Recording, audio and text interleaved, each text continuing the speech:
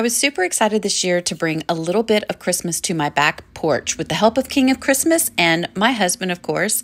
We were able to set up this Christmas tree in no time.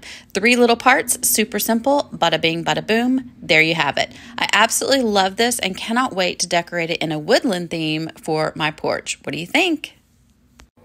These Dollar Tree deer were the perfect addition to my outdoor back porch woodland tree. Just wanted to add a little bit of black spray paint just to kind of help them blend in with the tree a little bit more.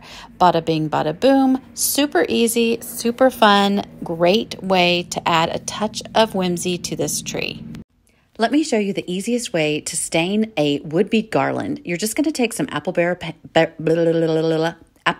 paint in the color melted chocolate, add it to a little bit of water, put it in a tub, let it soak thoroughly for about 10 minutes. Bada bing, bada boom. You took it from blah to ta-da. It looks amazing and rustic on the woodland tree. If you're following along, this is the 4th step for this tree. We're going to take each piece of ribbon, fold it in half, pinch it, twist it, and secure it to the tree, then fluff it as much as you want.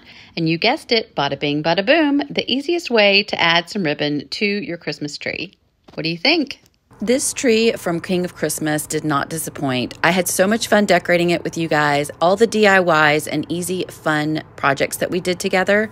I even found a cute tree topper, the star, at the thrift store. My dog was my Santa's helper, and then this is how it turned out at night. I love having a beautiful lit up tree on the back porch. What do you think? As always, thank you so much for watching Southern Crush at Home. To watch more Christmas videos, I will put the playlist here.